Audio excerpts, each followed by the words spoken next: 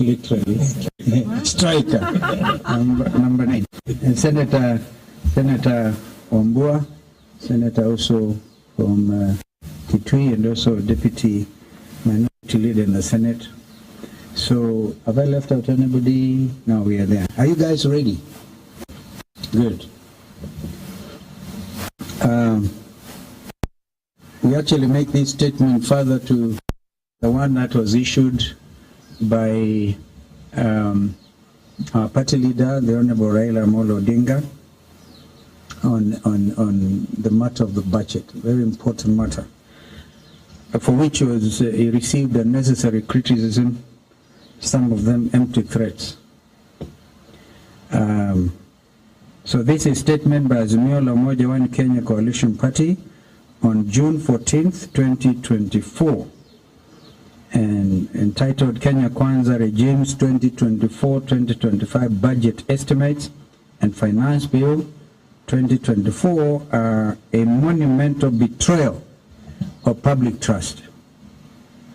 Good afternoon, and thank you for honoring our invitation to attend this important press conference.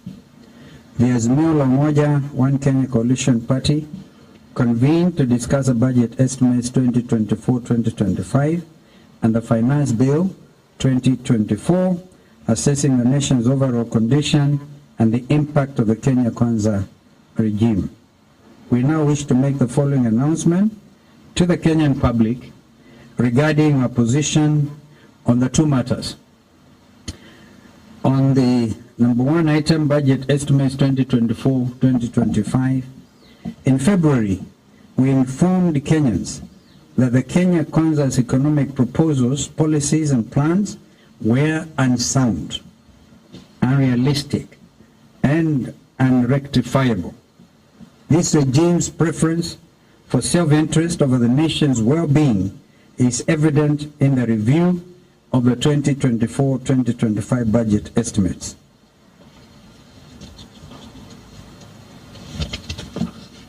Indeed, the regime, with a contemptuous attitude towards the common Kenyan, has revealed its deep betrayal of the hustlers it claims to serve.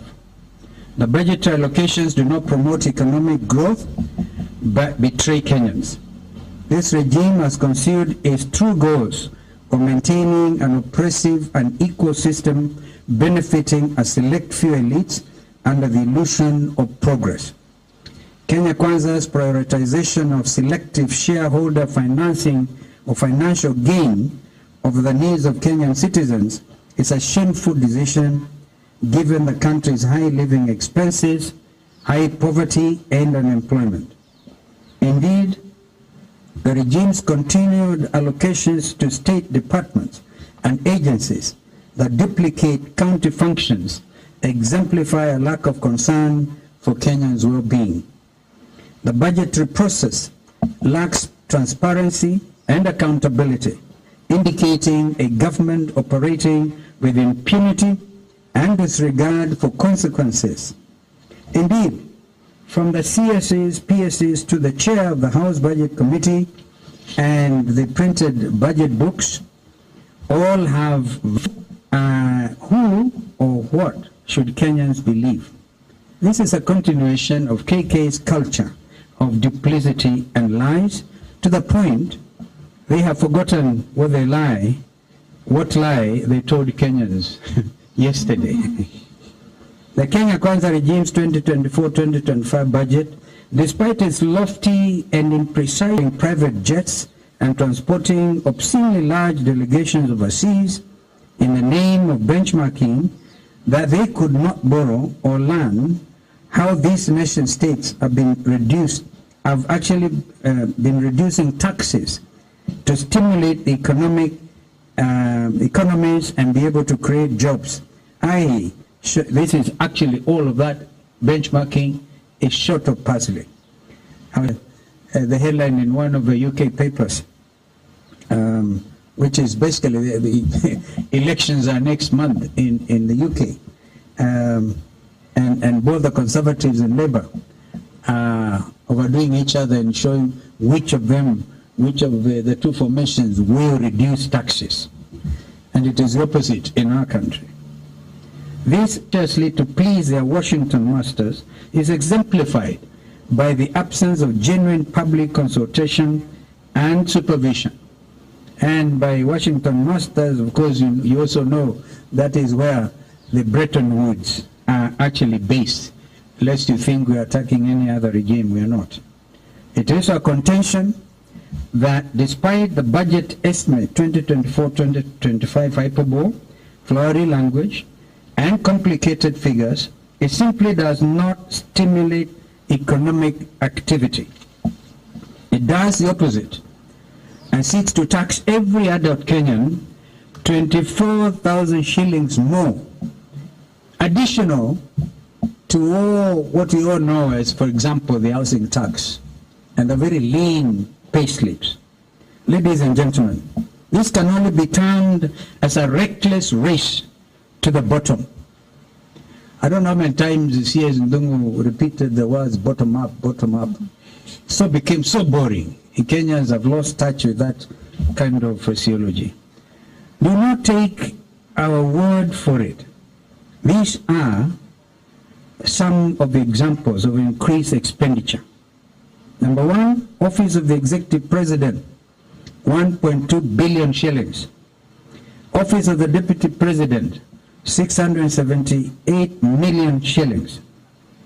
Minister of Defense, 11 billion shillings. Additional. All these additional. Foreign Affairs, 1.4 billion. National Treasury, 6 billion. One wonders what the Treasury has to spend this money for.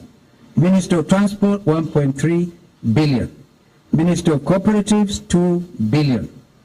This is a 23.6 billion increase in recurrent expenditure. This is a budgeted corruption in the name of tea, mandazi, and flowers.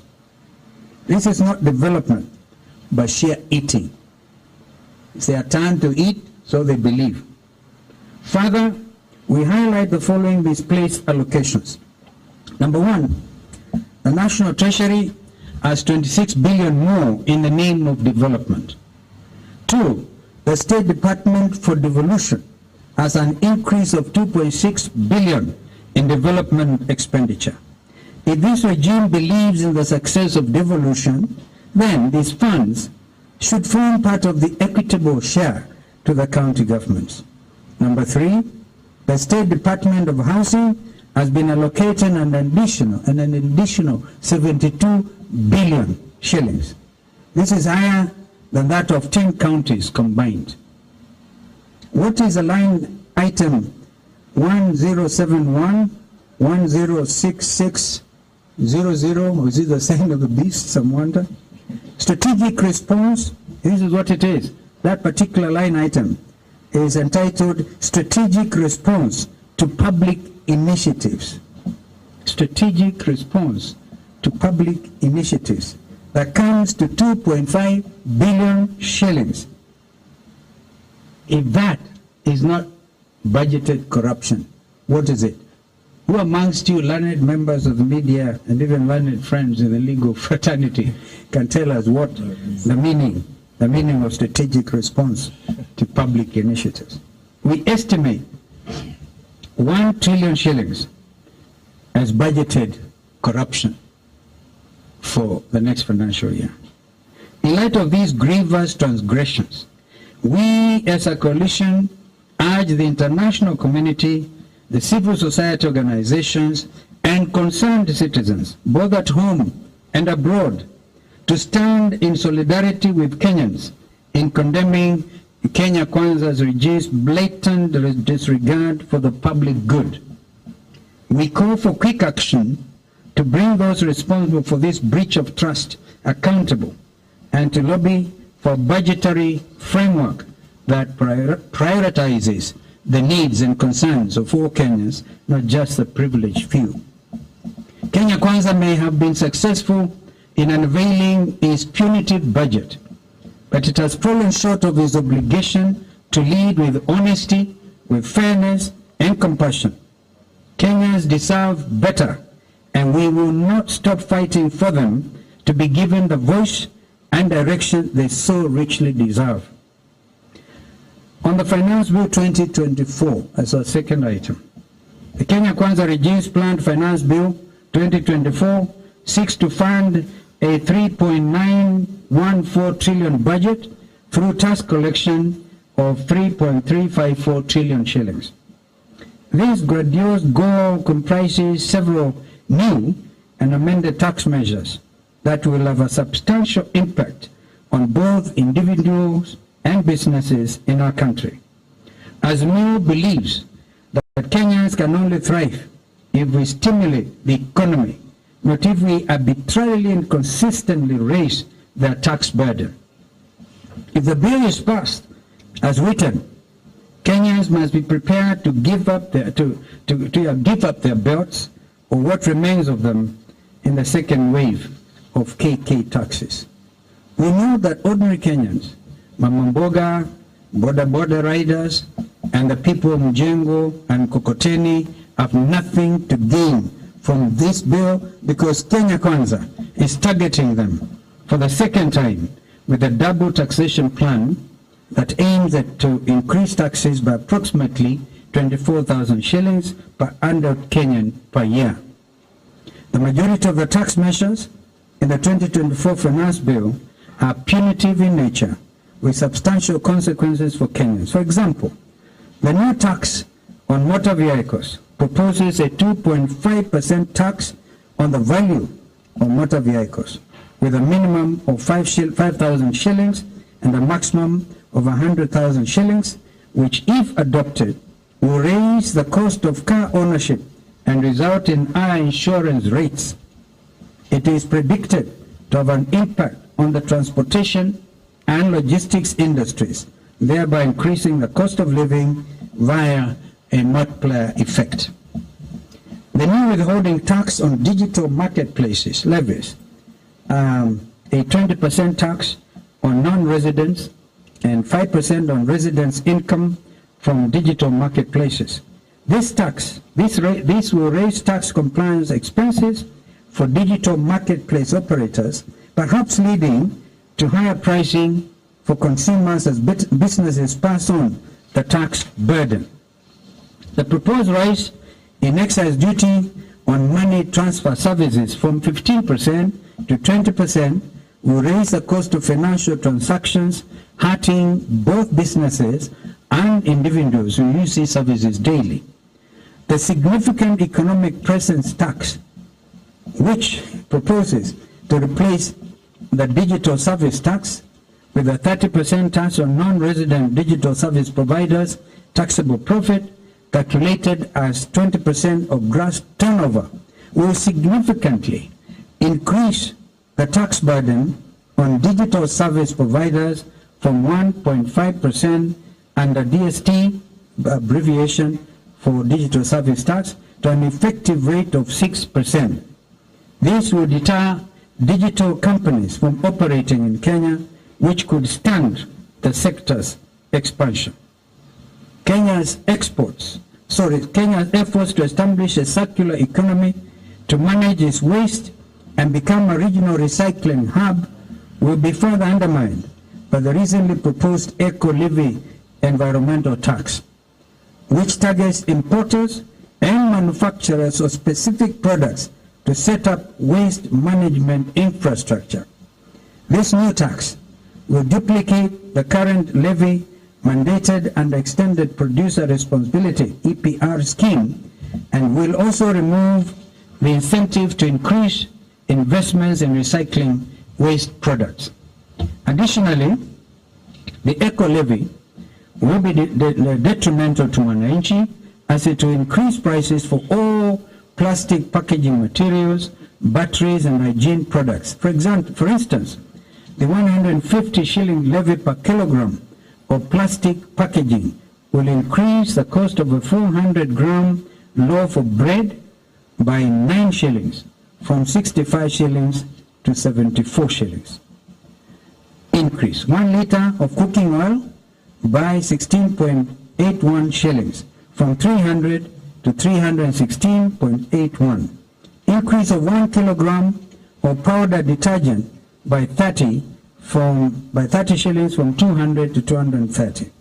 bread and other necessities will now be subject to a standard rated VAT instead of zero rated VAT, which will directly affect household spending and drive up the already expensive cost of living.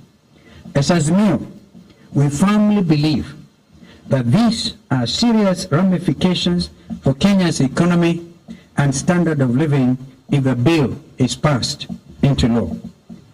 Should it be put to effect, it will significantly raise production costs, will destroy the industry's ability to compete, resulting in closures and job losses. As a result, our local and export markets will be negatively impacted, retail prices will rise, wananchi will be burdened, and cash flow requirements will rise during a period when interest rates are rising. Azimio believes that our country's focus should be on helping enterprises and the manufacturing industry to create jobs and wealth, increase productivity, cut living costs, and finally bring prosperity to Kenyans. We therefore reaffirm our stand that all well-meaning Kenyans must oppose the Finance Bill 2024 and have thus instructed all our parliamentary members to lead from the front in rejecting this punitive bill in its totality. Finally, we salute Kenyans who have used text messaging, phone calls, and social media initiatives, #FindMyMP, to urge their legislators to listen to their constituents and vote no. This peaceful civic assertiveness and engagement will eventually become the norm, especially under our leadership as your government in waiting. Thank you, and may God bless Kenya. End of the statement. I'll ask my colleagues here to add one or two things. While I was away, there was some very interesting political developments. It was one-time wartime Prime Minister Churchill of the UK who said a week in politics is a very long time. And I think somebody had a hashtag, find Kalonzo. I am back and in good spirits. Maybe I can ask Yoni, because I want to also recognize the fact that the spokesperson for former President Uhuru Kenyatta issued a very, very, very clear statement on some of his budgeted corruption. Monies are budgeted for the office of retired president, retired deputy presidents, the vice presidents and premiers, and nothing seems to be happening in those offices. Ask yourselves, where does this money go? So it is now clear, and I think we can also ask my friends here, Eugene and Kioni and Safuna, if you are ready. No? Deritu, you are the author. Or senator, any of the senators, to say something. Maybe I start with Kioni. Thank you. I think it's clear that what we are saying as Azimio is that we condemn the budget and the finance bill in total, and we actually reject it from this platform, or reject them from where we start, and are asking our members of parliament to hear it, hear the members of the public, listen to what we are telling you. You were elected to represent the people, not to represent the disaster in the name of Ruto. And why do I call him a disaster? He has reduced school feeding program by 2 billion shillings. He has reduced the education budget by 25%. Special education by 35%.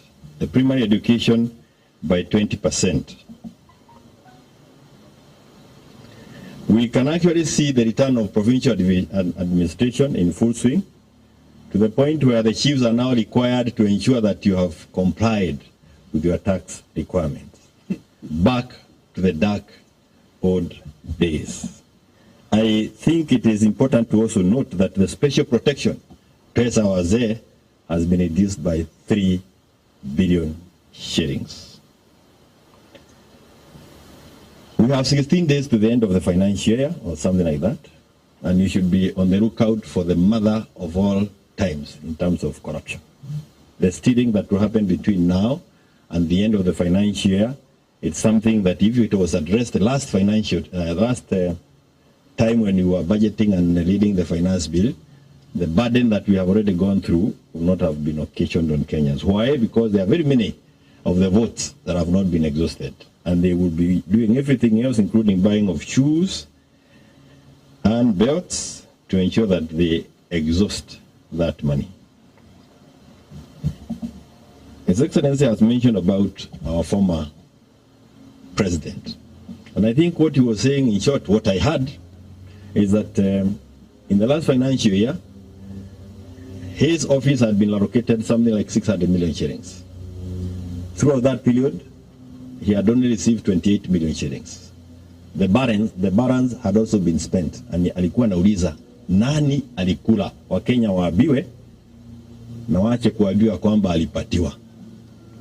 And why you need a committee to answer such a simple question, it actually helps you to know that mwizi must be part of that committee, or one constituting the committee. And I want to say this, nimalize na kusema ya kwamba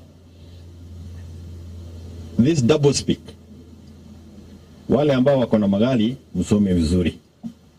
Dungu jana amesema, if you look at what he read and presented, there is no capping on the motor vehicle tax. In this presentation, there is no capping. Ni ingine tulikuwa tunasukushwa hapa wa Kenya is what was given a cap of 100,000. So you start working on the cost of your vehicle or the value of your vehicle and know the corresponding amount of money that you need to pay on an annual basis. I think it is not useful anymore, perhaps to own a car. But I conclude by saying this. Look at the way they abandoned all the improvement on the transport sector, public transport sector. If that had been achieved, many people would choose to use the public transport and avoid buying cars. So you abandon one way and you kill us through the other way. We have a disaster budget, a disaster finance bill, and a disaster regime. Wakenya, let us send these guys home. Let them be a one-term regime. Na wale ambao wanafikiria ya kwamba utakaa kwa hiyo chimo ya ukora na uanze kusanya watu ati wakufuate ukiwa kwa hiyo chimo ya ukora, kwenda ukadanganya watu huko kwa village ama pahali ingine. We are not going to be fooled again. And again, I want to repeat this. Don't think that when you apologize and say all the other things you are saying, we are going to follow you kwa hiyo chimo ya wizi. We are not going to be part of that. This is the alternative, and we are working on it. I thank you. Thank you. Sorry, Dorito. Thank you. I think I'll only emphasize 3 points. The first is this question of budgeted corruption and the way in which it morphs. First, it is in the nature explained by the Honorable Kioni and the spokesperson that you put figures in a vote, inflate them, or you don't disburse to the rightful person. I think you previously explaining to put in the vote had used to pay her, you will see an amount that is several times what her annual salary is. The question is, you, another person who is also controller of budget. And that's what you're seeing. You put a figure in the benefits package of the retired president, then you don't disburse, and you wonder who then is there. The other way budgeted corruption is, of course, you make provisions that outrightly, if you examine them, you could see something is amiss. As His Excellency explained to you, the National Treasury has a very interesting development vote called strategic response to public initiatives. What is that vote? Or is it a slush fund for senior executives in the regime to use for? What is that vote? The second point I want to emphasize is that you cannot grow the economy by increasing taxes. I mean, honestly, ladies and gentlemen, fellow Kenyans, this regime is fond of traveling. They have been to the US today, I understand they've gone to Italy and so on. They are fond of traveling. Throughout the world, governments are reducing taxes in order to stimulate economic activity. What is this voodoo type economics where we think we are going to stimulate economic activity by increasing taxes? Finally, on the question of public debt, 70% of interest payments paid this year, and this year interest payment and familiar. Some of people there in this regime advising them that, you know, politics is a what? Well, perhaps I should urge Kenyans na tuwasalimie, mkiwaona mahali popote muwasalimie in the manner that they want you to salimia them. I thank you. Yeah, mutaenda kanisa na wao. Asante. Watu wote wamezungumza na Finance Bill 2023. Kuna wale 176 walisema yes, na ndio sababu kila kitu kilipanda kutoka bottom kwenda juu, sababu ya ushuru. Masuala haya tuliyazungumzia kwenye maandamano, hakima, na tukayazungumzia kule kwenye Bomas. Kwa walitaka kuzungumzia ushuru tena wa fedha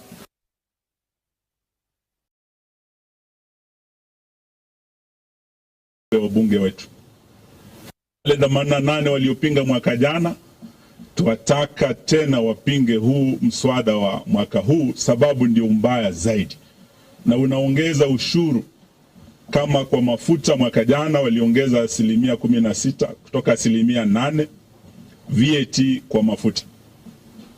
Na sasa tena tunasikia bado wanaongeza ushuru mwingine wa fuel levy kutoka 18% hadi 25%. Ushuru huu utaongeza gharama ya maisha, mawasiliano, kila kitu, mafuta yakienda juu, nauli, maisha ya kila mtu yatakuwa magumu zaidi. Na ndio sababu tuomba wabunge wetu, aswa wa Azimio waliosimama na Wakenya, wenzetu walio kule Kenya Kwanza pia, wale 176, wajue ya kwamba Rais mstaafu Moi alikuwa anasema siasa mbaya, maisha mbaya. Lakini sera mbaya, maisha mbaya. Sera mbaya kama hii ya fedha itaumiza watu katika maeneo bunge yenu, haijalishi kama ni wana Azimio ama wana Kenya Kwanza. Na tuwaomba kwa muda huu uliosalia mswada ukija wiki ijayo, wabunge wetu wasisafiri, wabunge wetu wasikose kuwa bungeni, na wananchi muendelee kuweka hiyo pressure. Ile tulikuwa tunasema mulika mwizi, sasa mulika mbunge yako kabisa. Tujue wale watawasaliti 2027 chuma chao kimotoni. Kama mna maswala tuweze tukachukua machache. Yes. Mulika mbunge.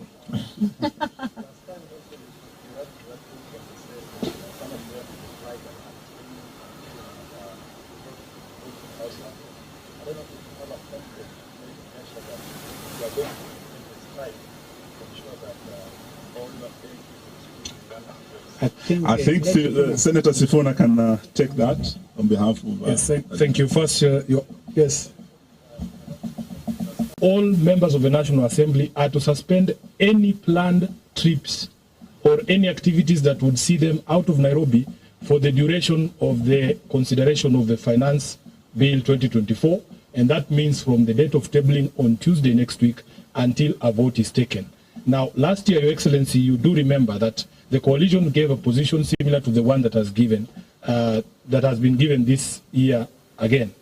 Your Excellency, you will remember that we in ODM did undertake disciplinary proceedings party who either absconded or voted against the position of the coalition. But one of the problems that we are hoping to cure with the NADCO bills, Your Excellency, is that immediately political parties initiate disciplinary proceedings against their members. They run to court and obtain orders that then tie the hands of the political parties what they can do. So the biggest solution, in fact, Kenyans don't realize how powerful they are. We are getting feedback from members of the National Assembly from ODM that they can hear Kenyans. Kenyans are able to reach as a Kenyan, somebody who has a vote. The regime does not fear Sifuna, any of us here. The regime fears the Mwananchi, calling them to tell them that chuma chako kimotoni, the way that my brother Eugene, ultimate power is with the Mwananchi. If you repeatedly you must answer to the Mwananchi. And lastly, Your Excellency, one of the economic advisors has invited activism leads to anything, despite the fact that when the regime was harassing him, digital activism secured the release of David Ndii from police custody. Now he has invited us to be a little bit more touchy, if I may, hands-on. Yes, he has invited us to be a bit hands-on, because he says politics is a contact sport. We have already established that he worships at Our Lady of the Rosary in Roslyn. So we will be joining him for Sunday Mass there, so that we are able to have contact with him and explain that we are unhappy with the policies that is promoting in this government. Thank you. So has actually answered. He's answered that bit.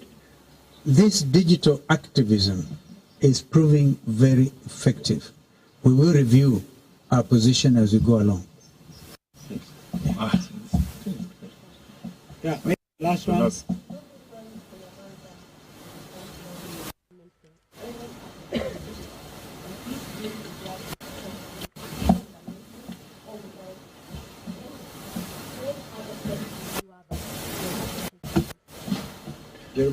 KK does not have majority of members of parliament.